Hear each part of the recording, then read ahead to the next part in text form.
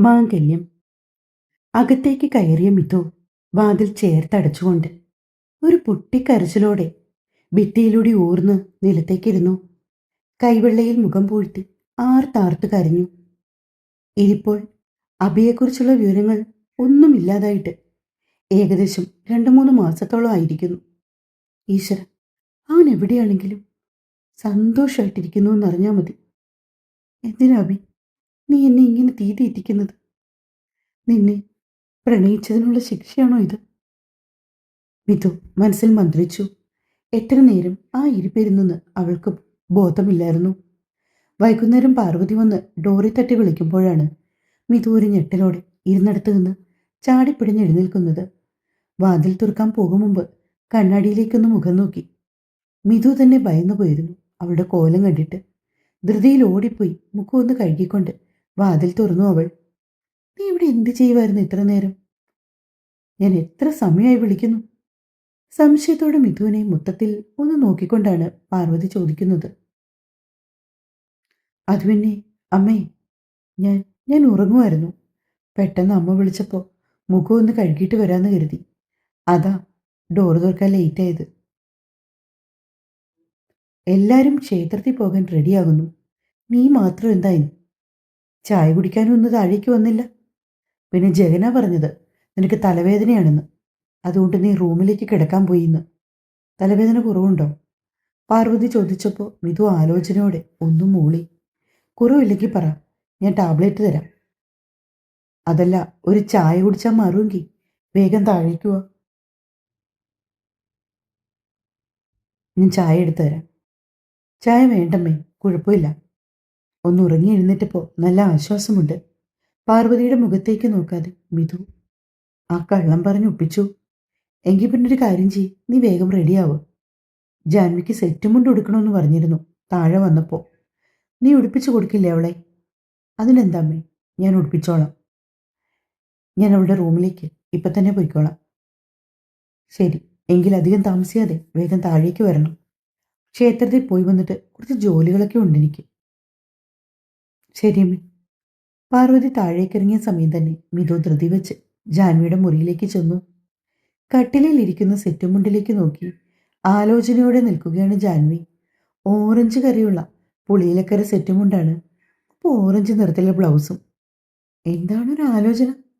മിഥു പാതി തുറന്നു കിടന്ന വാതിൽ വഴി അകത്തേക്ക് കയറിക്കൊണ്ട് ചോദിച്ചു. നീ വന്നോ? ഞാൻ നിന്നെ വെയിറ്റ് ചെയ്തിരിക്കുമായിരുന്നു. അപ്പോഴാ ആൻറ്റി പറഞ്ഞത് ആൻറ്റി വന്ന് വിളിച്ചോളാന്ന്. നിന്റെ മുഖം എന്താ വല്ലാതിരിക്കുന്നത്? നീ കരഞ്ഞോ? ജാൻവി ഒരു സംശയത്തോടെ മിഥുനെ നോക്കി. ഏയ്, ഞാൻ കരഞ്ഞൊന്നുമില്ലടി. ഇത് ഞാൻ കുറച്ചു നേരം കിടന്ന് ഉറങ്ങിയതിൻ്റെയാ. അമ്മ വിളിച്ചപ്പോൾ ധൃതി വെച്ച് എഴുന്നേറ്റതാ. അതിൻ്റെ ഒരു ക്ഷീണ മുഖത്ത്. അതൊക്കെ പോട്ടെ, നീ ഇങ്ങോട്ട് വന്ന് നിന്നേ. അമ്മ പ്രത്യേകം പറഞ്ഞതാ സമയം കളയാതെ വേഗം റെഡിയായി ചെല്ലണമെന്ന്. വാതിൽ ചേർത്തടച്ച് ലോക്ക് ചെയ്തുകൊണ്ട് മിഥു ജാൻവിയെ വൃത്തിയായി സെറ്റുമുണ്ട് ഉടുപ്പിച്ചു. അല്പം വീർത്തു നിൽക്കുന്ന വയറും കൂടിയായപ്പോൾ ജാൻവിക്കൊരു പ്രത്യേക ഭംഗിയുണ്ടായിരുന്നു ആ സെറ്റുമുണ്ടില്. ജാൻവിയുടെ മുടിയൊക്കെ സെറ്റ് ചെയ്ത് കൊടുത്തതും മിഥു തന്നെയാണ്. ഭംഗിയായ മുടി കുളിപ്പിന്നൽ പിന്നി അതിൽ നിന്ന് ഒരു ഭാഗം എടുത്ത് ഇടത്തെ തോൾ വഴി മുൻപിലേക്ക് ഇട്ടു. നെറ്റിയിലൊരു കുഞ്ഞു കറുത്ത പൊട്ടും കഴുത്തിൽ നേർത്ത താലിമാലയും മാത്രം. നീ ഇങ്ങി വന്നേ, ഇതിന് പറ്റിയ കുറച്ച് ആക്സസറീസ് എൻ്റെ റൂമിലുണ്ട്. മിഥു ജാനിയുടെ കൈയും പിടിച്ച് നേരെ അവളുടെ റൂമിലേക്ക് പോയി. ശേഷം കബോർഡിൽ നിന്ന് ഓറഞ്ച് നിറത്തിന് കോൺട്രാസ്റ്റായി വരുന്ന പച്ച കളറിലെ കുപ്പിവളകളും പച്ച കല്ല് വെച്ചൊരു ജിമുക്കിയും ജാൻവിക്ക് കൊടുത്തു. ആഹാ, അടിപൊളിയായിട്ടുണ്ട്. ജാൻവിയെ നോക്കിക്കൊണ്ട് മിഥു പറഞ്ഞു. ഇനി നീ റെഡിയാവ്, ഞാനിവിടെ വെയിറ്റ് ചെയ്യാം. ജാൻവി അത് പറഞ്ഞതും മിഥു പെട്ടെന്ന് വല്ലാതായി. അത് കുഴപ്പമില്ല ജാനി, നീ താഴേക്ക് ചെന്നു. ഞാൻ വേഗം റെഡിയായിട്ട് അങ്ങോട്ടേക്ക് വരാം. നീ പെട്ടെന്ന് വരണം കേട്ടോ. ഞാൻ വേഗം വരാം, ഒരു 5 മിനിറ്റ്. അതിനുള്ളിൽ ഞാൻ വരും. ജാനി താഴേക്കുള്ള പടികൾ ഒന്നൊന്നായി ഇറങ്ങിയതും മിഥു തളർച്ചയോടെ ബെഡിലേക്കിരുന്നു. ഒന്നിലും കോൺസെൻട്രേറ്റ് ചെയ്യാൻ പറ്റാത്ത അവസ്ഥ. ആരെയും അഭിമുഖീകരിക്കാൻ കഴിയാതെ തൻ്റെ മുഖത്തേക്ക് നോക്കിയാൽ ആരെങ്കിലും കള്ളം കണ്ടുപിടിച്ച് കളയുമോ എന്നു ഭയന്ന് നീറിയായിരുന്നു അവൾ ആ വീട്ടിൽ ജീവിച്ചുകൊണ്ടിരുന്നത്. ആ സമയം അവൾക്ക് അഭിയോട് എന്തെന്നില്ലാത്ത ദേഷ്യവും തോന്നി. ഒപ്പം അവനെ പ്രണയിക്കാൻ കൂട്ടുനിന്ന മനസ്സിനോടൊരു പരിഭവവും. മിതു ഒരു സാദാ ചുരിദാർ എടുത്തിട്ടുകൊണ്ട് താഴേക്ക് ഇറങ്ങി ചെന്നു. പടികൾ ഇറങ്ങി വരുന്ന മിതുവിനെ കണ്ടതും ജാൻവി കണ്ണു ചുരുക്കി അവളെ ഒന്ന് നോക്കി. നീ എന്താ സെറ്റ് കൊണ്ട് കൊടുക്കാതിരുന്നത്? ജാൻവി ചോദിച്ചു. ഓ, അതൊക്കെ ഉടുത്തോണ്ട് വരണമെങ്കിൽ ഒരുപാട് നേരം വേണം പെണ്ണെ.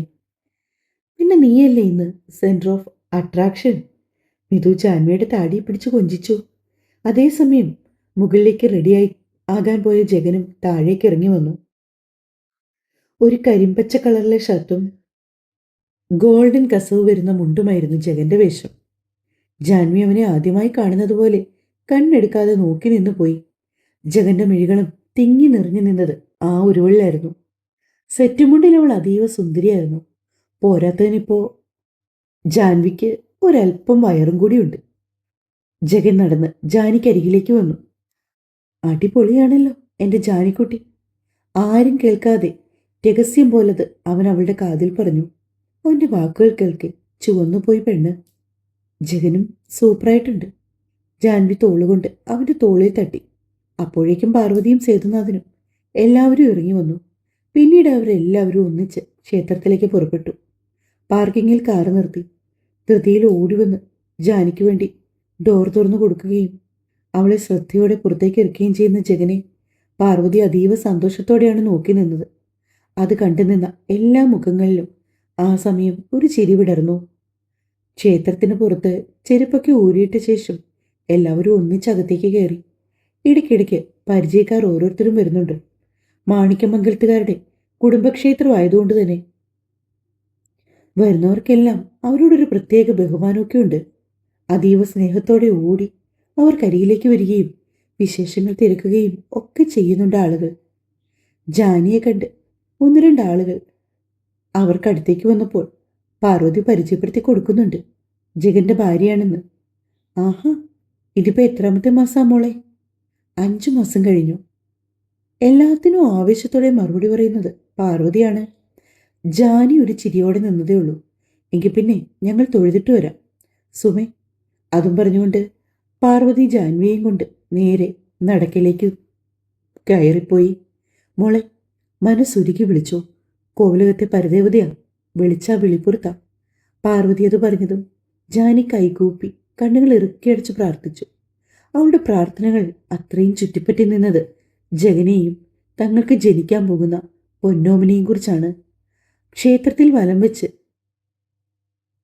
അരത്തിണ്ടയിൽ ഇരിക്കുകയാണ് ജാൻവിയും മിഥുവുമെല്ലാം. അപ്പോഴാണ് ജഗൻ ഒരു വാഴയില ചീന്ത് അല്പം കടുംബായുസവുമായി അവിടേക്ക് വന്നത്. അവനത് ജാൻവിക്ക് നേർക്ക് നീട്ടി. മനഃപൂർവ്വം മിഥുവിനെ ഒന്ന് ചൊടിപ്പിക്കാൻ വേണ്ടിയാണ് അവനത് ചെയ്തത്. സാധാരണ അവനിങ്ങനെയൊക്കെ ചെയ്യുമ്പോൾ അവളൊന്ന് ചുണ്ടുപിളർത്തി പരിഭവത്തോടെ അവനെ നോക്കാറുണ്ട്. അതേസമയം ഒരു ചെറുപുഞ്ചിരിയോടെ, പ്രത്യേകിച്ച് ഭാവമാറ്റങ്ങളൊന്നുമില്ലാതെ എന്തൊക്കെയോ ചിന്തകളിൽ മുഴുകിക്കൊണ്ട് ഒരേ ഇരിപ്പിരിക്കുകയാണ് മിഥു. തൻ്റെ അനിയത്തിയുടെ ഭാവമാറ്റം ജഗനെയും വല്ലാതെ വിഷമിപ്പിച്ചു. എന്തു പറഞ്ഞവളെ ആശ്വസിപ്പിക്കണമെന്ന് അവനും അറിയാതെ പോയി. മിഥു, ദൈ പായസം കഴിക്കും. അവൾ തങ്ങളെ ശ്രദ്ധിക്കുന്നതേ ഇല്ലെന്ന് കണ്ടതും ജഗൻ ഒടുക്കം പറഞ്ഞു. അതിൽ നിന്ന് ഒരല്പം പായസം ഒരു വിരൽത്തുമ്പിലെടുത്ത് നാവിലേക്ക് വെച്ചതല്ലാതെ മിഥു പിന്നെ ആ ഭാഗത്തേക്ക് നോക്കിയില്ല. സാധാരണ കടുംപായസം എന്ന് പറഞ്ഞാൽ അതിൽ കമിഴ്ന്ന് കിടക്കുന്നവളാണ്. ജാനിക്ക് ഇതേപ്പറ്റി ഒന്നും അറിയില്ലാത്തത് കൊണ്ട് തന്നെ അവൾ കയ്യിലിരുന്ന പായസം ആസ്വദിച്ച് കഴിക്കുന്നുണ്ട്. ഇടയ്ക്ക് അല്പം നിർബന്ധിച്ച് മിഥുവിനെയും കഴിപ്പിക്കുന്നുണ്ട്. ക്ഷേത്രം അലങ്കരിച്ചുകൊണ്ടിരിക്കുകയായിരുന്നു. ജാൻവിക്ക് അതൊക്കെ ചുറ്റി നടന്ന് കാണണമെന്നുണ്ട്. മുമ്പായിരുന്നെങ്കിൽ ഒന്നും ചിന്തിക്കില്ലായിരുന്നു. മിഥുവിൻ്റെ കൈയും പിടിച്ചു വലിച്ച് നേരെ അങ്ങോട്ട് പോകും. പക്ഷെ ഇപ്പം അങ്ങനല്ലല്ലോ. ഉള്ളിലൊരാൾ കൂടി ഉണ്ടെന്ന് ചിന്ത വന്ന ശേഷം അവൾക്ക് എല്ലാ കാര്യത്തിലും ഒരു പ്രത്യേക ശ്രദ്ധയാണ്. പോരാത്തതിന് പാർവതിയുടെ 2 കണ്ണുകളും ഇപ്പോൾ ജാൻവിക്ക് പിന്നാലെയാണ്. നടക്കുമ്പോഴും നിൽക്കുമ്പോഴും ഇരിക്കുമ്പോഴും ഒക്കെ പാർവതി അവൾക്കൊപ്പം തന്നെയുണ്ട്. പായസം കഴിച്ച് ക്ഷേത്രത്തിലെ തന്നെ പൈപ്പിൻ്റെ ചോട്ടിൽ പോയി കൈയൊക്കെ കഴുകി തിരികെ നടന്നു വരുമ്പോഴാണ് പാർവതി ഓടിക്കിതച്ച് അവൾ കരിയിലേക്ക് വന്നത്. മോളിത് എങ്ങോട്ട് പോയതാ? എന്തു പറ്റി ആൻറ്റി? അല്ല, ആ പൈപ്പ് അവിടെയൊക്കെ ഭയങ്കര വഴുക്കലാ. പറഞ്ഞിരുന്നെങ്കിൽ ആൻറ്റി ഒരു ഗ്ലാസ്സിൽ അല്പം വെള്ളം കൊണ്ടുവന്ന് തരില്ലേ? ഏയ്, അതൊന്നും കുഴപ്പമില്ല ആൻറ്റി. ചില സമയങ്ങളിൽ പാർവതിയുടെ സ്നേഹം ജാൻവിയെ ശ്വാസം മുട്ടിക്കുന്നുണ്ട്. പക്ഷെ അവൾ അതെല്ലാം എൻജോയ് ചെയ്യുന്നുണ്ടെന്നുള്ളതാണ് വാസ്തവം. പാർവതിക്കൊപ്പം തന്നെയായിരുന്നു ജാൻവി ക്ഷേത്രാങ്കണം മുഴുവനും ചുറ്റി നടന്നു കണ്ടത്. തോരണങ്ങൾ കെട്ടുന്നവർ മുതൽ ഒരറ്റത്ത് പൂവിറുത്തുകൊണ്ടിരിക്കുന്ന സ്ത്രീകൾ വരെയുണ്ട്. മുത്തശ്ശിയും പാർവതിയുമൊക്കെ അവർക്കൊപ്പം കൂടിയപ്പോൾ ജാൻവിയും ഒരരികിലേക്ക് ഇരുന്നു കൊണ്ട് അവർ ചെയ്യുന്നത് പോലെ നാളെ പൂജയ്ക്ക് വേണ്ടിയുള്ള പുഷ്പങ്ങൾ ഓരോന്നും ഇതളുകൾ അടർത്തി സഹായിച്ചു. മിഥു അപ്പോഴും ഏതോ ലോകത്തെന്നതുപോലെ ഇരിക്കുകയാണ്. ജാനി, മിഥുവിന് എന്താ പറ്റിയത്? കുറച്ച് നാളുകളായിട്ട് ഞാൻ ശ്രദ്ധിക്കുന്നു. അവൾക്ക് എല്ലാത്തിനോടും ഒരു താല്പര്യമില്ലായ്മ. കഴിഞ്ഞ വർഷമൊക്കെ എത്ര ഉത്സാഹത്തോടെയാ ഇവിടെ വന്ന് ഓരോ കാര്യങ്ങൾ ചെയ്തുകൊണ്ടിരുന്നത്. ഇതിപ്പോ നോക്ക്, നനഞ്ഞ കോഴിയെപ്പോലെ ഒരേ ഇരിപ്പാ കുട്ടി. വീട്ടിലും ഇതുതന്നെ അവസ്ഥ. കുട്ടിക്കറിയോ അതിന്റെ കാരണം എന്താണെന്ന്? പാർവതി ചോദിച്ചതും ജാൻവി ഒരു പകപ്പോടെ എന്തു പറയണമെന്നറിയാതിരുന്നു. കയ്യിലേക്ക് എടുത്തു പിടിച്ച ഒരു താമരപ്പൂ അറിയാതെ അവളുടെ കൈവഴുതി താഴേക്ക് വീണു. ആൻറ്റി, എനിക്കറിയില്ല. മിഥു എന്നോടൊന്നും അതേപ്പറ്റി പറഞ്ഞിട്ടില്ല. ജാൻവി ഓരോ വാക്കുകളായി എടുത്തെടുത്തു പറഞ്ഞു. അതിൽ നിന്ന് തന്നെ പാർവതിക്ക് മനസ്സിലായി ജാൻവിക്ക് എന്തൊക്കെയോ അറിയാന്ന്. കുട്ടി എന്താണെങ്കിലും തുറന്നു പറ. ഈ വന്ന കാലത്ത് പരിഹാരങ്ങളില്ലാത്ത പ്രശ്നങ്ങളുണ്ടോ? നിങ്ങളുടെ കോളേജ് കഴിഞ്ഞ ദിവസം അവിടെ വെച്ച് എന്തെങ്കിലും സംഭവിച്ചോ? അവൾ ആരെങ്കിലുമായിട്ട് വഴക്കുണ്ടാക്കിയോ? ഇനി അതല്ല, അവളെ ആരെങ്കിലും കളിയാക്കുകയോ അങ്ങനെ എന്തെങ്കിലും? ജാൻവി ഒന്ന് ഓർത്തു നോക്കിയേ. ഇല്ല ആൻറ്റി, എനിക്കറിയില്ല. അന്ന് എന്നെ ജഗൻ നേരത്തെ വിളിക്കാൻ വന്നോണ്ട് ഞാൻ പെട്ടെന്ന് തന്നെ പോയിരുന്നു. എക്സാം കഴിഞ്ഞ് മിഥുവും അപ്പോൾ തന്നെ ഹോസ്റ്റലിലേക്ക് പോയി. ഞാനും അവളോട് ഒരുപാട് ചോദിച്ചു ആൻറ്റി. എനിക്ക് തോന്നുന്നു അവൾ ആ കോളേജ് ലൈഫൊക്കെ മിസ് ചെയ്യുന്നുണ്ടാവുമെന്ന്. ചിലപ്പോൾ അതിൻ്റെ സങ്കടമാകും ഇതൊക്കെ. ജാൻവി പറഞ്ഞ മറുപടി അത്ര തൃപ്തികരമല്ലായിരുന്നെങ്കിലും പാർവതി കൂടുതലായി ഒന്നും കിഴിഞ്ഞവളോട് ചോദിക്കാൻ നിന്നില്ല. അവൾ പറഞ്ഞത് വിശ്വസിച്ചതുപോലെ ഒന്ന് തലയാട്ടി. ആശ്വാസത്തോടെ ജാനി ഇരുന്നിടത്ത് നിന്ന് എഴുന്നേറ്റു. അതേസമയം പാർവതിയുടെ രണ്ട് കണ്ണുകളും ജാൻവിക്ക് പിന്നാലെ സഞ്ചരിച്ചു. അവൾ ചെന്ന് നിൽക്കുന്നത് മിഥുവിനടുത്താണെന്ന് കണ്ടതും അവർ ഒരു നെടുവീർപ്പോടെ ചെയ്തുകൊണ്ടിരുന്ന ജോലി തുടർന്നു. മിഥു, നിന്നോട് ഞാൻ അപ്പോഴേ പറഞ്ഞതാ, ഇങ്ങനെ മറ്റാളുകൾ കൂടുന്ന സ്ഥലത്ത് വന്ന് ശോകമുഖമായിട്ടിരിക്കരുതെന്ന്. അതിനിപ്പോൾ എന്താ ജാനി ഉണ്ടായത്? മിഥു ചോദിച്ചു. ജാൻവി അല്പം മുമ്പ് പാർവതി പറഞ്ഞ കാര്യങ്ങളെല്ലാം അതുപോലെ തന്നെ മിഥുവിനോട് പറഞ്ഞു. നോക്കു മിഥു, നീ എന്ത് ഭാവിച്ച? എല്ലാവർക്കും നല്ല സംശയമുണ്ട്. ജഗനാണെങ്കിൽ പ്രത്യേകിച്ച്. എന്റെ ജാനി, എനിക്ക് പറ്റാത്തത് കൊണ്ടല്ലേ.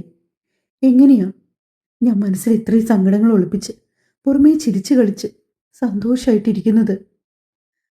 നോക്ക്, അവനെക്കുറിച്ച് ഒരറിവും ഇല്ലാതായിട്ട് ഇപ്പൊ 3 മാസം കഴിഞ്ഞു.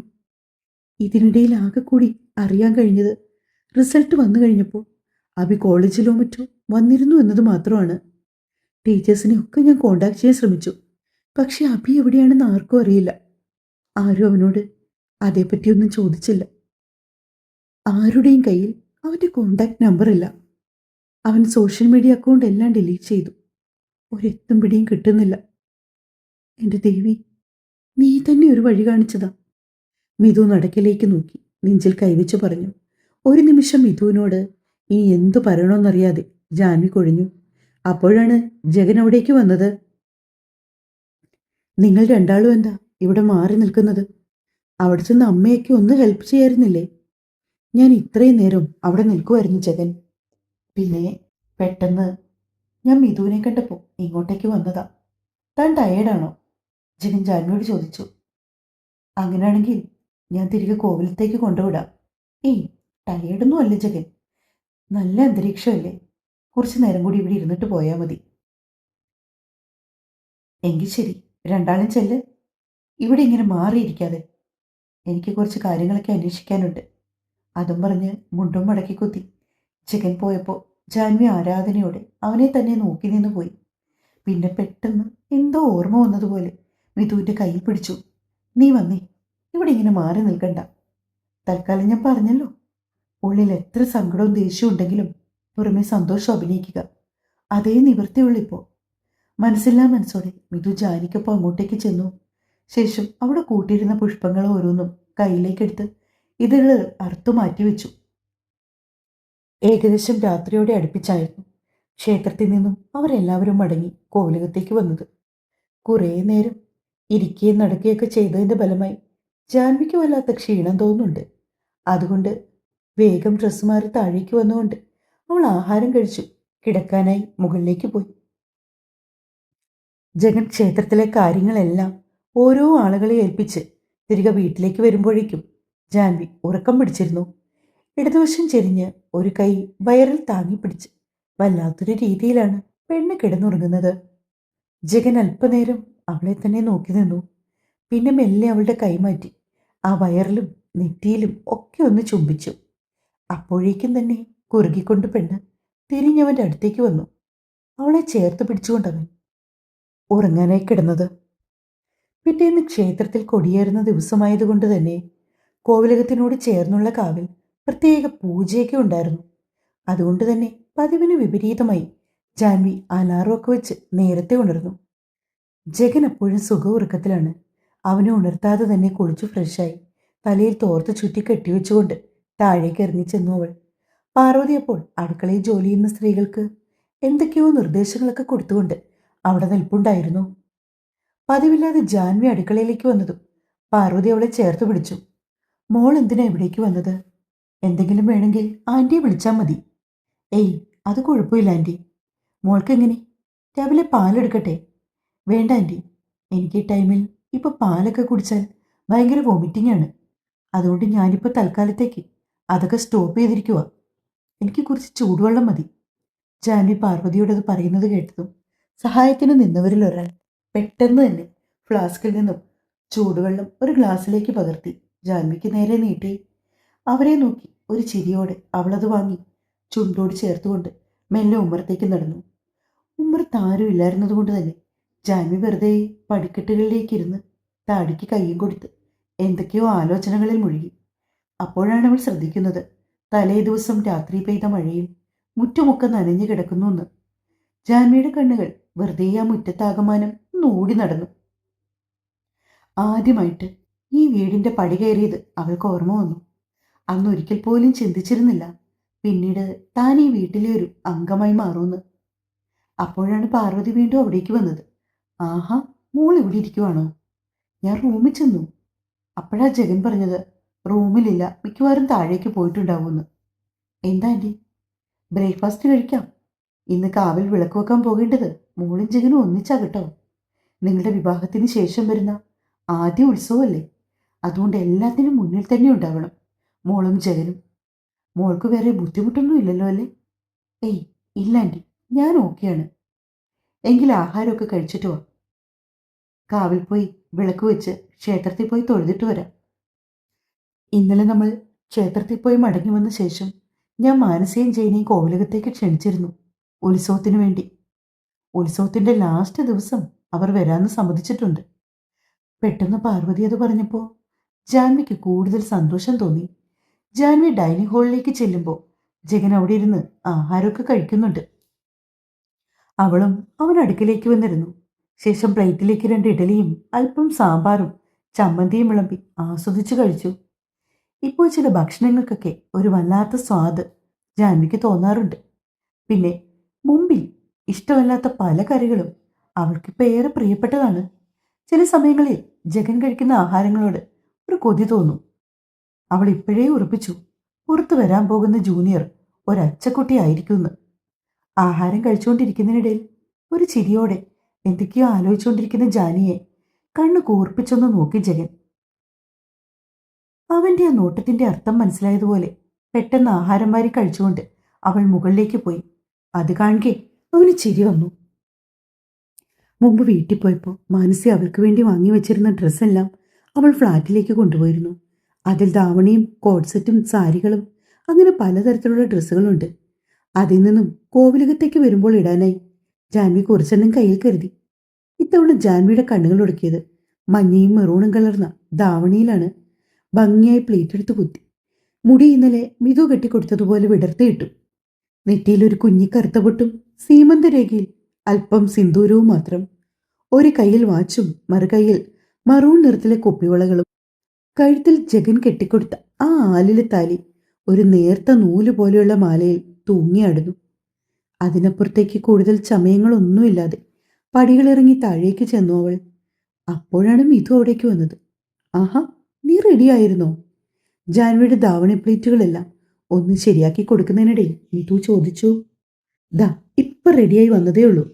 ആൻറ്റി പറഞ്ഞു കാവിൽ വിളക്ക് വെച്ച ശേഷം ക്ഷേത്രത്തിലേക്കും പോകണമെന്ന്. അവർ സംസാരിച്ചുകൊണ്ടിരിക്കുന്നിടയിൽ തന്നെ ജഗനും പാർവതിയും അവിടേക്ക് വന്നു. രണ്ടാളും ഒരുമിച്ച് പോയി തിരിതെളിച്ചു വരൂ. പാർവതി പറഞ്ഞതും ജാൻവിയുടെ കൈയും പിടിച്ച് ജഗൻ കാവ് ലക്ഷ്യമാക്കി നടന്നു. കോവിലകത്തിന്റെ പിന്നാമ്പുറത്തുള്ള വഴി കൂടി വേണം കാവിലേക്ക് സഞ്ചരിക്കാൻ. പുറമേ നിന്ന് നോക്കിയാൽ കാണുന്ന ഒരു രൂപവുമല്ല കാവിനുള്ളത്. ഒരുതരം നിഗൂഢമായൊരു ഭംഗി. ജാൻവിയുടെ കണ്ണുകൾ നാലുപാട് സഞ്ചരിച്ചു. എണ്ണിയെടുക്കാൻ കഴിയാത്തത്ര മരങ്ങൾ കൂടിച്ചേർന്ന് സൂര്യപ്രകാശം ഭൂമിയിലേക്ക് പോലും കടക്കാൻ മടിക്കുന്ന വിധം പച്ചിലയുടെ ആവരണങ്ങൾ കൊണ്ട് മൂടിയെടുത്ത ഒരു സ്ഥലം. ആ പകലിലും വല്ലാത്ത ഇരുട്ട് വ്യാപിച്ചു അവിടെ. ജാൻവി ജഗന്റെ കൈകളിൽ അമർത്തിപ്പിടിച്ചു. ജഗൻ അവളുടെ മുഖത്തേക്ക് നോക്കി. എന്തു പറ്റി? ടെൻഷനുണ്ടോ? ഏയ് ഇല്ല. അവരിരുവരും കാവൽ തിരിതെളിയിച്ച് നാഗദൈവങ്ങൾക്ക് മുമ്പിൽ കൈ തൊഴുതു പ്രാർത്ഥിച്ചു. പറഞ്ഞറിയിക്കാനാവാത്ത വിധം ഒരു തണുപ്പ് ശരീരത്തിൽ പടരുന്നത് ജാൻവി അറിഞ്ഞു. അവൾ ജഗന്റെ അരികിലേക്ക് കൂടുതൽ ചേർന്നു നിന്നു. നമുക്ക് പോകാൻ ജഗൻ. എന്താണ്? എന്തു പറ്റി? ഏയ് ഒന്നുമില്ല. തനിക്ക് പേടിയുണ്ടോ? ജഗൻ ചോദിച്ചപ്പോൾ മറുപടി ഒന്നും പറഞ്ഞില്ലവൾ. തലേ ദിവസത്തെ മഴയിൽ നനഞ്ഞു കുതിർന്ന കരിയില തുണ്ടുകൾക്ക് മുകളിൽ കാൽപാദങ്ങൾ അമർത്തി അവൾ ധൃതിയിൽ കോവിലകത്തേക്ക് നടന്നു. അവൾക്ക് തൊട്ടു പിന്നാലെ ജഗനും പോയി. പിന്നീട് ഇരുവരും ഒന്നിച്ച് ക്ഷേത്രത്തിലേക്ക് പോയി. ഉത്സവം കൊടിയേറുന്ന ദിവസമായതുകൊണ്ട് തന്നെ മാണിക്യമംഗലത്തുകാരുടെ വക പറയൊക്കെ ഉണ്ടായിരുന്നു.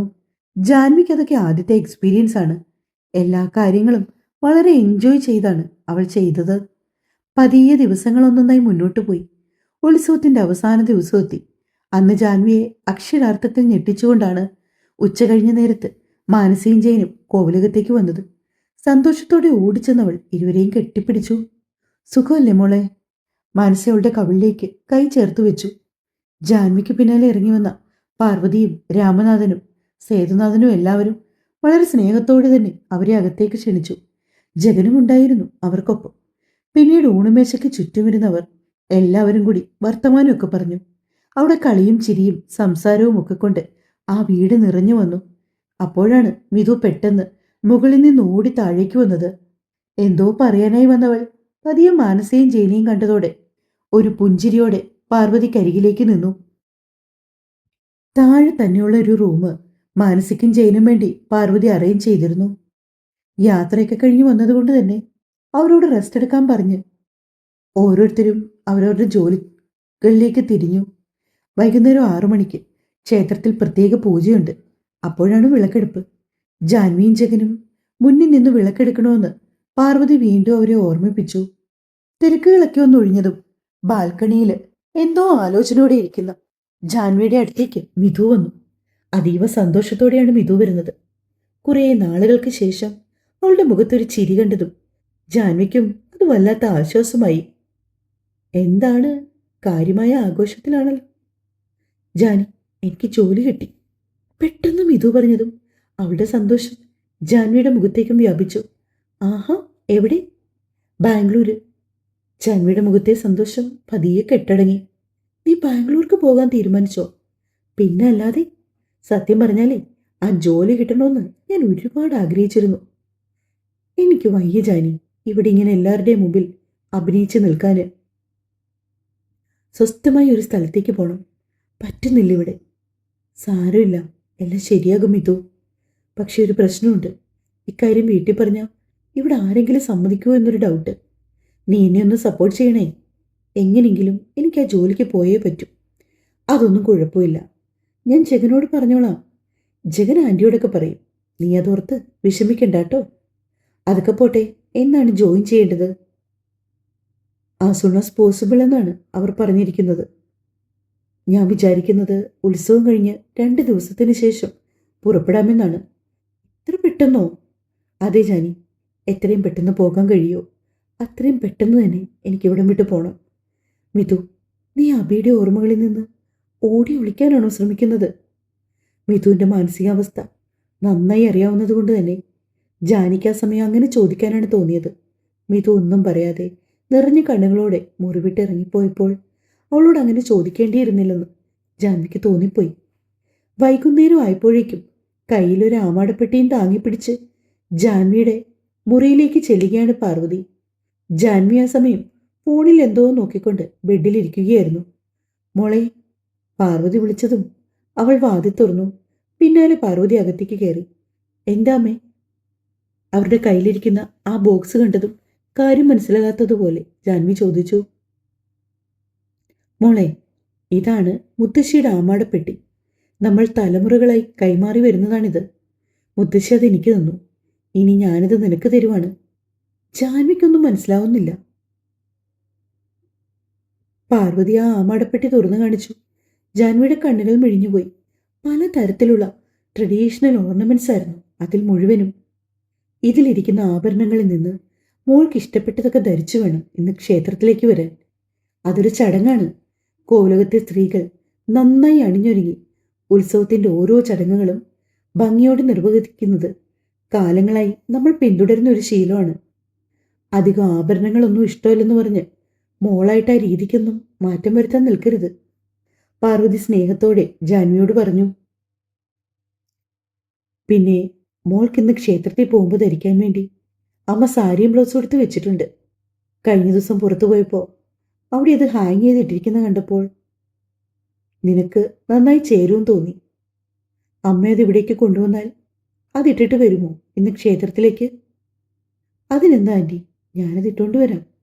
ജാൻവിയുടെ മറുപടി കേട്ടപ്പോൾ പാർവതി അതീവ സന്തോഷത്തോടെ താഴേക്ക് പോയി. തിരികെ മടങ്ങി വരുമ്പോൾ അവരുടെ കയ്യിൽ നല്ല ഗോൾഡൻ വീതിയുള്ള കസവിലെ സെറ്റ് സാരിയും അതിനോട് മാച്ച് ചെയ്യുന്ന മെറൂൺ നിറത്തിലെ വർക്ക് ചെയ്ത ഒരു ബ്ലൗസും ഉണ്ട്. ജാൻവി ആ ബ്ലൗസിൽ ചെയ്ത വർക്കിലൂടെ ഒന്ന് വിരലോടിച്ചു. ഇഷ്ടായോ കുട്ടിക്കിത്?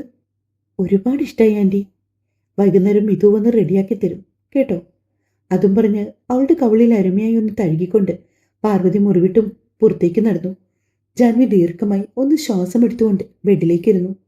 അവളുടെ കൈകൾ മെല്ലെ ആ വയറിൽ തഴുകിക്കൊണ്ടേയിരുന്നു. വയറിനുള്ളിലെ ചെറിയൊരു വൈബ്രേഷൻ പോലെ ഉള്ളിലുള്ള ആള് അനക്കം അറിയിച്ചു തുടങ്ങിയിട്ടുണ്ട്. ജാൻവിയുടെ കണ്ണുകൾ സന്തോഷത്താൽ നിറഞ്ഞു. വൈകുന്നേരം ആയപ്പോഴേക്കും എപ്പോഴത്തെയും പോലെ മിതു ജാൻവിയെ റെഡിയാക്കാനായി മുറിയിലേക്ക് വന്നു. കട്ടിയിലിരുന്ന ആഭരണങ്ങളും ഡ്രസ്സുമൊക്കെ കണ്ട് മിതുവിന്റെ കണ്ണൊന്ന് തിളങ്ങി. ആഹാ, അമ്മ ഇതെല്ലാം കൊണ്ടൊന്നും നിനക്ക് തന്നോ? ഇന്ന് വൈകുന്നേരം ആൻറ്റി തന്നതാ. ആൻറ്റിക്ക് എന്നോടുള്ള ഇഷ്ടമൊക്കെ ഇത്ര പെട്ടെന്ന് മാറുമെന്ന് ഞാൻ ഒരിക്കലും പ്രതീക്ഷയില്ല മിതു. മിതു സാരി ഉടുപ്പിക്കുന്നിടയിൽ ജാൻവി അവളോട് പറഞ്ഞു. അമ്മ അങ്ങനെയാ, ഒരു പാവടി. പിന്നെ പെട്ടെന്ന് എന്തെങ്കിലുമൊക്കെ കാണുമ്പോൾ അങ്ങ് പ്രതികരിച്ചു പോകുന്ന ടൈപ്പാ. നമ്മൾ തിരിച്ചൊന്ന് സ്നേഹിച്ചാൽ അമ്മ ഓക്കെ ആയിക്കോളും. മിതു ഭംഗിയിൽ തന്നെ ആ സാരി ഞൊറിവെടുത്ത് ജാൻവിയെ ഉടുപ്പിച്ചു. ശേഷം അതിൽ നിന്നും അത്യാവശ്യം ഇറുക്കത്തിൽ നിൽക്കുന്ന ഒരു മാങ്ങാമാലയും കഴുത്തിനോട് ഒട്ടിച്ചേർന്ന് കിടക്കുന്ന ഒരു പാലക്കമാലയും എടുത്തു. കൈകളിൽ ഈ 2 ലക്ഷ്മി വളകളും കാതിലൊരു വലിയ ജിമുക്കിയും. അതോടെ ജാൻവിയുടെ ഒരുക്കം പൂർണ്ണമായി. മിതു അവളെ ചെറുതായി മേക്കപ്പൊക്കെ ചെയ്ത് അതിരങ്ങളിൽ അവൾ കിണങ്ങി ഒരു ലിപ്സ്റ്റിക്ക് വിട്ടു. ശേഷം കട്ടിയിൽ തന്നെ സിന്ദൂരം നെറ്റിയിലേക്ക് വരച്ചു ചേർത്തു. കണ്ണാടിയിൽ കൂടി തന്റെ പ്രതിബിംബം കണ്ട ജാൻവി താൻ മറ്റാരോ ആണെന്ന് തോന്നിപ്പോയി. വല്ലാത്തൊരു ഭംഗിയും ആട്ടിത്യവും നിറഞ്ഞു നിൽക്കുന്ന മുഖമായിരുന്നു ജാൻവിക്കപ്പോൾ. സാധാരണ കാണുന്ന നിഷ്കളങ്കമായ ആ പെൺകുട്ടിയിൽ നിന്നും ഒരു കോവിലകത്തെ കൊച്ചു തമ്പുരാട്ടിയായി പോലെ അതിസുന്ദരിയായിരിക്കുന്ന ജാൻവി. താഴേക്ക് ഇറങ്ങി വന്ന അവളെ കണ്ണെടുക്കാതെ നോക്കി നിന്ന് പോയി അവരോരോരുത്തരും. കുട്ടിക്ക് കണ്ണ് തട്ടാണ്ടിരിക്കട്ടെ. മുത്തശ്ശി അത് പറഞ്ഞപ്പോൾ ജാൻവി ഒന്ന് പുഞ്ചിരിച്ചു. ഒരു ചിരിയോടെ അവൾ ജഗനെ നോക്കി. അവന്റെ കണ്ണുകൾ വല്ലാണ്ട് വിടർന്നു പോയിരുന്നു. അവളെ വേഷത്തിൽ കണ്ടപ്പോൾ മാനസിക്കും ജയനും ഒരുപാട് സന്തോഷം തോന്നി. ജാൻവി ആ വീട്ടുകാർ സ്നേഹിക്കുന്നു. മാനസി ഒരു മൾക്കോട്ടൻ കസവ് സാരിയാണ് ധരിച്ചത്. മിതമായ ആഭരണങ്ങളിൽ അവരുടെ സൗന്ദര്യം ജ്വലിച്ചു നിന്നു. എല്ലാവരും സെറ്റ് സാരിയായിരുന്നു. ഇനിയിപ്പോ അധികം വൈകിക്കണ്ട. ദാ ഇപ്പൊ തന്നെ മണി 5:30 കഴിഞ്ഞു. വേഗം ക്ഷേത്രത്തിലേക്ക് പോകാം. സേതുനാഥൻ പറഞ്ഞതോടെ എല്ലാവരും അവരവരുടെ കാറുകളിൽ ക്ഷേത്രമുറ്റത്തേക്ക് ചെന്നിറങ്ങി. ജാൻവി ജഗന്റെ ഒപ്പം തന്നെ നിന്നു. ഉത്സവം ആയതുകൊണ്ട് തന്നെ ക്ഷേത്രത്തിൽ അത്യാവശ്യം നല്ല തിരക്കുണ്ട്. ആ തിരക്കിനിടയിലും പല കണ്ണുകളും ജാൻവിയിൽ മാത്രമായി തങ്ങി നിന്നു. പലരും അവളെ കാണിച്ചു കൊടുത്തുകൊണ്ട് ജഗന്റെ ഭാര്യയാണെന്ന് അടക്കം പറയുന്നുണ്ട്. ജാൻവിയുടെ ജീവിതത്തിൽ ആദ്യമായിട്ടാണ് ഇങ്ങനെയുള്ള നിമിഷങ്ങൾ. അവളത് നല്ല രീതിയിൽ ആസ്വദിക്കുന്നുണ്ടായിരുന്നു.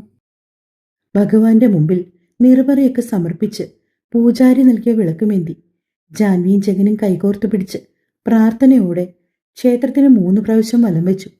ശേഷം ആ വിളക്ക് കൊണ്ടുവന്ന് ദേവീനടയിൽ സമർപ്പിച്ചു കൈ തൊഴുതു പ്രാർത്ഥിച്ചു.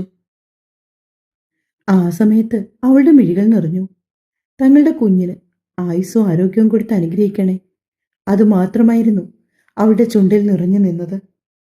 എന്തുകൊണ്ടാണ് തന്റെ കണ്ണുകൾ ആ നിമിഷം നിറഞ്ഞു വന്നതെന്ന് എത്ര ചിന്തിച്ചിട്ട് അവൾക്ക് മനസ്സിലായില്ല. ജാനി കോവിലിന്റെ ഉള്ളിൽ നിന്ന് ഇറങ്ങി വന്നപ്പോൾ ഒരു കുളിർക്കാറ്റ് വന്ന് അവളെ തഴുകി തലോടി കടന്നുപോയി. ആ ഒരു കുളിരും തണുപ്പും ക്ഷേത്ര അങ്കണത്തിലെ ചന്ദനത്തിന്റെയും കർപ്പൂരത്തിന്റെയും സുഗന്ധം എല്ലാം കൂടി ആയപ്പോൾ അവൾക്ക് പറഞ്ഞറിയിക്കാനാവാത്ത വിധം ഒരനുഭൂതി തോന്നി. വളരെ ഭംഗിയായി തന്നെ ആ കൊല്ലത്തെ ഉത്സവം കടന്നുപോയി. പിറ്റേ ദിവസമാണ് മിഥു എല്ലാവരോടും ജോലിക്ക് പോകുന്നതിനെക്കുറിച്ച് സംസാരിച്ചത്. പാർവതിയുടെ ഭാഗത്തു നിന്നും വലിയ എതിർപ്പുണ്ടായി. ജാൻവി മുന്നേ കൂട്ടി കാര്യങ്ങളെല്ലാം ജഗനോട് സൂചിപ്പിച്ചതിനാൽ ജഗൻ ആ നിമിഷം എല്ലാവരെയും കാര്യങ്ങൾ പറഞ്ഞ് കൺവിൻസ് ചെയ്യിച്ചു.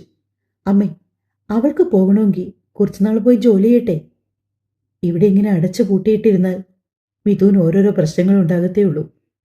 എന്നാലും ഇത്രയും ദൂരം അതൊന്നും ശരിയാവില്ല മോനെ. എന്നാര് പറഞ്ഞു? അമ്മ, അവൾക്ക് പുറത്തൊക്കെ പോയി ജോലി ചെയ്താലല്ലേ കുറച്ചുകൂടി കോൺഫിഡൻസ് വരൂ. ഇപ്പം തന്നെ അവൾ ഈ വീടിന്റെ മൂലയ്ക്ക് ഒതുങ്ങിക്കൂടിയിരിക്കുമല്ലേ. അമ്മ തന്നെയല്ലേ പറഞ്ഞത് എന്തെങ്കിലും ജോലി കിട്ടിയെങ്കിൽ ഇവളെ പറഞ്ഞയക്കായിരുന്നു എന്ന്. അതൊക്കെ പറഞ്ഞു. എന്നാലും ഇതിപ്പോ ബാംഗ്ലൂര്. അതെന്താ, അവിടെ ആരും ജോലി ചെയ്യുന്നില്ലേ? അവൻ അമ്മയെ നോക്കി. അമ്മ പറയുന്നതിലും കാര്യമുണ്ട് മോനെ. ഇതിപ്പം മിഥു ആകെ കൂടി ഈ കേരളത്തിലെ ചില സ്ഥലങ്ങളിലൊക്കെ പോയിട്ടുണ്ടെന്നല്ലാതെ പുറത്തേക്കൊന്നും യാത്ര ചെയ്തിട്ടില്ല. ഈ കുട്ടിക്ക് അത്രയ്ക്ക് തൻ്റെ ഇടമുണ്ടെന്നേ എനിക്ക് തോന്നുന്നില്ല. ബാംഗ്ലൂർ എന്ന് പറഞ്ഞാൽ അറിയാലോ, എല്ലാ തരികിടയും നടക്കുന്ന സ്ഥലമാണ്. അതൊക്കെ കൊണ്ടാണ് പാർവതി അങ്ങനെ സംസാരിക്കുന്നത്. രാമനാഥൻ കൂടി ഭാര്യയുടെ പക്ഷം ചേർന്നു. അച്ഛാ, നിങ്ങൾക്ക് എൻ്റെ കാര്യത്തിൽ ഇതുപോലെ പേടിയായിരുന്നു. എന്നിട്ട് ഞാൻ എവിടെയാ പഠിച്ചതൊക്കെ? അതെ, ഇവൾ ഇത്രയും പഠിപ്പും വിവരമൊക്കെ ഉള്ള കുട്ടിയല്ലേ. അങ്ങനെ ചതിക്കുഴികളിൽ ഒന്നും ചെന്ന് ചാടില്ല. ഇവളെ നമുക്ക് എല്ലാവർക്കും വിശ്വാസമല്ലേ. ആ വിശ്വാസം ഇവള് കാത്തു സൂക്ഷിക്കുക തന്നെ ചെയ്യും, അല്ലേ മിഥു? ജഗൻ പറഞ്ഞിട്ട് മിഥു ഒന്നും മിണ്ടാതെ നിൽക്കുകയാണ്. എന്നെ വിശ്വാസമില്ലെങ്കിൽ പിന്നെ ഞാൻ പോകുന്നില്ല ഏട്ടാ. അല്പനിമിഷങ്ങൾ കഴിഞ്ഞതും അവൾ ചുണ്ടനക്കി. നിന്നെ വിശ്വാസമില്ലാഞ്ഞിട്ടല്ല മോളെ, ഇത്രയും ദൂരമായതുകൊണ്ടാ. പിന്നെയും ജഗൻ ഓരോരോ കാര്യങ്ങളായി അച്ഛനോടും അമ്മയോടും ഒക്കെ പറഞ്ഞു മനസ്സിലാക്കി കൊടുത്തു. അങ്ങനെ ഒടുവിൽ അവരെല്ലാവരും മിഥു ബാംഗ്ലൂരിലേക്ക് ജോലിക്ക് പോയിക്കോട്ടെ എന്ന് സമ്മതിച്ചു. അത് മിഥുവിന് വലിയൊരു ആശ്വാസമായിരുന്നു. അങ്ങനെ മിഥുവിന് പോകേണ്ട ദിവസം എത്തി. എല്ലാവരോടും ഒപ്പം മാണിക്യമംഗലം കോവിലകത്തിനോടും യാത്ര പറഞ്ഞുകൊണ്ട് മിഥു ബാംഗ്ലൂരിലേക്ക് പോകാൻ തയ്യാറായി. അവളെ കൊണ്ടുവിടാനായി പാർവതിയും രാമനാഥനും പോകുന്നുണ്ട്. ജാൻവിക്ക് ഒരുപാട് ദൂരം യാത്ര ചെയ്യാൻ കഴിയാത്തതുകൊണ്ട് ജഗനും ജാൻവിയും പോയില്ല. അന്നേ ദിവസം തന്നെയാണ് അവരും തിരികെ അപ്പാർട്ട്മെന്റിലേക്ക് മടങ്ങിപ്പോകാൻ തീരുമാനിച്ചത്. അങ്ങനെ മൊത്തത്തില് മാണിക്യമംഗലം ശോകമുഖമായി മാറി. ഇതുവരെ മക്കളുടെയും കൊച്ചുമക്കളുടെയും ചിരിയും കളിയും കൊണ്ട് നിറഞ്ഞ ഇടം പെട്ടെന്ന് ശൂന്യമായി പോയപ്പോൾ മുത്തശ്ശനും മുത്തശ്ശിക്കുമൊക്കെ അത് വല്ലാത്തൊരു വേദനയായി. ദിവസങ്ങൾ പിന്നെയും കടന്നുപോയി. ജാൻവിക്കത് 9ാം മാസം. വലിയ വയറും താങ്ങിപ്പിടിച്ച് ഫ്ളാറ്റിനുള്ളിലൂടി അങ്ങോട്ടും ഇങ്ങോട്ടും നടക്കുവാണ് ജാൻവി. രാവിലെ മുതൽ വല്ലാത്തൊരു അസ്വസ്ഥത അവളെ വന്ന് പൊതിയുന്നുണ്ട്. പക്ഷെ അതൊക്കെ പ്രഗ്നൻസിയുടെ ഭാഗമായിരിക്കുമെന്ന് കരുതി അവളതൊന്നും ആരോടും പറഞ്ഞില്ല. ഇപ്പോൾ ജാൻവിക്ക് കൂട്ടായി ബിന്ദു ചേച്ചിയും ജഗനും മാത്രമല്ല, പാർവതിയും മാനസിയും കൂടി വന്നിട്ടുണ്ട്. ജാൻവിക്ക് ഡേറ്റ് പറഞ്ഞിരിക്കുന്നതിൻ്റെ 2 ആഴ്ച മുമ്പ് എറണാകുളത്ത് എത്തിയതാണ് അവർ രണ്ടാളും. അമ്മമാരുടെ സ്നേഹലാളനകൾക്കിടയിൽ ജാൻവി അതീവ സന്തോഷത്തോടെയായിരുന്നു. ഒരു സ്ലീവ്ലെസ് നൈറ്റിയാണ് ജാൻവിയുടെ വേഷം. മുട്ടിന് അല്പം താഴെ നിൽക്കുന്ന ഒരിളം പിങ്ക് നൈറ്റി. വയറും താങ്ങിപ്പിടിച്ച് അപ്പാർട്ട്മെന്റിനുള്ളിലൂടി അങ്ങോട്ടും ഇങ്ങോട്ടും നടക്കുന്ന അവളെ മാനസി വല്ലായ്മയോടെ നോക്കി. എന്തു പറ്റി മോളെ? എന്തെങ്കിലും ബുദ്ധിമുട്ടുണ്ടോ നിനക്ക്? ഏയ് ഇല്ലമ്മേ, ഇരിക്കുമ്പോഴൊക്കെ ഒരു വല്ലാത്ത ബാക്ക് പെയിൻ പോലെ. അതാ ഞാൻ കുറച്ച് നടക്കാന്ന് കരുതി. അമ്മ അടുക്കളയിൽ പോയി കുടിക്കാൻ എന്തെങ്കിലും എടുക്കട്ടെ? മാനസി ചോദിച്ചപ്പോൾ ജാൻവി മറുപടിയെ തലകുലുക്കി. മാനസി കൊണ്ടുകൊടുത്ത ജ്യൂസും കുടിച്ച് ജാൻവി പാർവതിയോടും മാനസിയോടും വർത്താനമൊക്കെ പറഞ്ഞുകൊണ്ട് ഏറെ നേരം ലിവിംഗ് റൂമിലിരുന്നു. ശേഷം ഒന്ന് കിടക്കണമെന്ന് തോന്നിയതും അവൾ പതിയെ റൂമിലേക്ക് നടന്നു. പോകും വഴി ബാൽക്കണിയിൽ നിന്നുകൊണ്ട് ആ കായൽ കാഴ്ചകളിലേക്കൊന്ന് കണ്ണെത്തി നോക്കാനും മറന്നില്ലവൾ. വല്ലാത്ത സ്ട്രെസ്സാകുന്ന സമയങ്ങളിലൊക്കെ ഇവിടെ വന്ന് നിൽക്കുമ്പോൾ കിട്ടുന്ന ഒരാശ്വാസമുണ്ട്. ജാൻവി അല്പനേരം അവിടെ നിന്ന് ആ കാഴ്ചകളെല്ലാം കണ്ണിൽ നിറച്ചുകൊണ്ട് മെല്ലെ ബെഡിലേക്ക് പോയി കിടന്നു. കിടന്ന പാടെ തന്നെ അവൾ ചെറുതായി ഒന്ന് മയങ്ങിപ്പോവുകയും ചെയ്തു. ഇതിനിടയിൽ പല പ്രാവശ്യം ജഗന്റെ കോളുകൾ അവളെ തേടിയെത്തി. പക്ഷെ ഉറക്കത്തിന്റെ ആലസ്യത്തിലായിരുന്നതുകൊണ്ട് ജാൻവി അതൊന്നും അറിഞ്ഞതേയില്ല. ഉറക്കത്തിനിടയിൽ എപ്പോഴോ വയറിൽ അതികഠിനമായ വേദന വന്നെത്തിയതും അറിയാതെ വയറിൽ കൈവച്ചുകൊണ്ട് ചാടിപ്പിടഞ്ഞ് എഴുന്നേറ്റുപോയി അവൾ. കാലം നിലത്തേക്ക് കുത്താൻ പോലും കഴിയാത്തത്ര വേദന. ജാൻവി എങ്ങനെയോ ഫോണെടുത്ത് പാർവതിയെ വിളിച്ചു. ആൻറ്റി, ഒന്നിവിടെ വരെ വന്നേ, എനിക്ക് വല്ലാത്ത പെയിൻ. കേട്ട പാതി കേൾക്കാത്ത പാതി അവരിരുവരും ഓടി റൂമിലേക്ക് വന്നു. ആ സമയം ജാനി ബെഡിൽ കിടന്ന് വേദന കൊണ്ട് പുളയുകയാണ്. പിന്നെ അവർ മറ്റൊന്നും ചിന്തിച്ചില്ല. ജഗനെ വിളിച്ച് നേരെ ഹോസ്പിറ്റലിലേക്ക് വരാൻ പറഞ്ഞു. മാനസിയും പാർവതിയും ബിന്ദുവും കൂടി ചേർന്ന് ജാൻവിയുടെ ഹോസ്പിറ്റൽ ബാഗും എടുത്ത് നേരെ താഴേക്ക് പോയി. മാനസിയാണ് ഡ്രൈവ് ചെയ്തത്. പിന്നിൽ പാർവതിയുടെ നെഞ്ചിൽ തല ചേർത്ത് വെച്ച് വേദന കൊണ്ട് പുളയുവാണ് ജാൻവി. പാർവതിയും ബിന്ദുവും അവളെ ആകും വിധം ആശ്വസിപ്പിക്കാൻ ശ്രമിക്കുന്നുണ്ടെങ്കിലും അവരുടെ ആശ്വാസ വാക്കുകൾക്കൊന്നും ജാൻവിയുടെ ഉള്ളിലെ വേദനയെ അടക്കി നിർത്താൻ കഴിയുന്നുണ്ടായിരുന്നില്ല. മാനസിയുടെ കാറ് ഹോസ്പിറ്റലിൽ എത്തുന്നതിന് മുമ്പ് തന്നെ ജഗനോടെ എത്തി. ജാൻവി വേഗം തന്നെ സ്ട്രെച്ചറിൽ കയറ്റി ലേബർ റൂമിലേക്ക് കൊണ്ടുപോയി. ഇതേ സമയം തന്നെ ജാൻവിക്ക് പെയിൻ വന്നെന്ന വാർത്തയറിഞ്ഞ് മാണിക്യമംഗലത്തുനിന്ന് എല്ലാവരും എറണാകുളത്തേക്ക് പുറപ്പെട്ടു. ജയനും എത്തിയിരുന്നു അവിടേക്ക്. അവരോരോരുത്തരും അക്ഷമയോടെ ലേബർ റൂമിന് മുമ്പിൽ നിന്നു. ജഗനാണെങ്കിൽ പോലീസ് യൂണിഫോമിലാണ്. അവളെ ഉള്ളിലേക്ക് കയറ്റിയിട്ട് മണിക്കൂറുകൾ പിന്നിട്ടിരിക്കുന്നു. അവൻ ഇപ്പോഴും വല്ലാത്തൊരവസ്ഥയിലാണ്. പാർവതി അവൻ്റെ അരികിലേക്ക് ചെന്നു. ജഗൻ അവരുടെ കൈകൾ കൂട്ടിപ്പിടിച്ചു. അമ്മേ, ജാനി, എത്ര നേരമായി അവള്? അവൻ്റെ വാക്കുകൾ ഇടറി. അയ്യേ, എന്താ ഇത്? ഇത്രയും വലിയ പോലീസായിട്ട് ഇങ്ങനെ നിന്ന് കണ്ണു നിറയ്ക്കുവാ? ജാനിക്ക് ഒരു കുഴപ്പവും ഉണ്ടാകാൻ പോകുന്നില്ല. ഇങ്ങനെയാണ് ഡെലിവറി. അത് കുറച്ച് മണിക്കൂറുകൾ നീണ്ടു നിൽക്കുന്ന പ്രോസസ്സാണ്. നീ ഇവിടെ റെസ്റ്റ് ചെയ്യ, അല്ലെങ്കിൽ നീ ഒന്ന് ഫ്ലാറ്റിൽ പോയി ഡ്രസ്സൊക്കെ മാറിയിട്ട് വാ. വേണ്ടമ്മേ, ജാനിയും കുഞ്ഞിനെയും കാണാതെ ഞാനിനി എവിടേക്കും പോവില്ല. ജഗന സമയം ഗാംഭീര്യമൊക്കെ വിട്ട് തീർത്തും ഒരു അമ്മക്കുട്ടിയായി മാറിയിരുന്നു. പാർവതി അവനെ ചേർത്ത് പിടിച്ച് ആശ്വസിപ്പിച്ചു. അപ്പോൾ ജയന്റെ തോളിലേക്ക് ചാഞ്ഞ് പ്രാർത്ഥനയോടെ ഇരിക്കുവാണ് മാനസി. അയാളും അവരെ ആകും വിധമെല്ലാം ആശ്വസിപ്പിക്കുന്നുണ്ട്. പെട്ടെന്നാണ് ഒരു ഡോക്ടർ ഡോർ തുറന്ന് പുറത്തേക്ക് വന്നത്. ജാൻവി അവളുടെ പേര് പറഞ്ഞു തുടങ്ങിയപ്പോൾ തന്നെ അവരെല്ലാവരും കൂടി ആ വാതിലിന്റെ നേർക്ക് ഓടിച്ചെന്നു. ജാൻവി പ്രസവിച്ചു. ആൺകുട്ടിയാണ്. അവിടെ നിന്ന് എല്ലാ മുഖങ്ങളിലും ഒരുപോലെ ചിരി വിടർന്നു. അപ്പോഴേക്കും മറ്റൊരു നേഴ്സ് ഒരു വെള്ള നിറത്തിലുള്ള ടർക്കിയിൽ പൊതിഞ്ഞ പഞ്ഞിത്തുണ്ട് പോലൊരു കുഞ്ഞിനെ അവിടേക്ക് കൊണ്ടുവന്നിരുന്നു. അവർ ആ കുഞ്ഞിനെ ജഗന് നേർക്ക് നീട്ടി. ജാൻവി, ജാൻവി സുഖമായിരിക്കുന്നു? കുഞ്ഞിന്റെ മുഖത്തേക്ക് നോക്കും മുമ്പേ ജഗൻ ആദ്യം ചോദിച്ചത് അതാണ്. ജാൻവി സുഖമായിട്ടിരിക്കുന്നു. അല്പം കഴിഞ്ഞാൽ റൂമിലേക്ക് മാറ്റും. അവരത് പറഞ്ഞുകൊണ്ട് ജഗന്റെ കയ്യിലേക്ക് കുഞ്ഞിനെ വെച്ചു കൊടുത്തു. അച്ഛന്റെ ചൂടറിഞ്ഞിട്ടാണോ എന്തോ ആ കുഞ്ഞു ചെക്കൻ കണ്ണുകൾ ഇറുക്കി അടിച്ചുകൊണ്ട് മെല്ലെ പുഞ്ചിരിച്ചു. എല്ലാവരും ആ കാഴ്ച നോക്കി നിന്നു. ശേഷം കുഞ്ഞിനെ അവർ വാങ്ങി അകത്തേക്ക് തന്നെ കൊണ്ടുപോയി.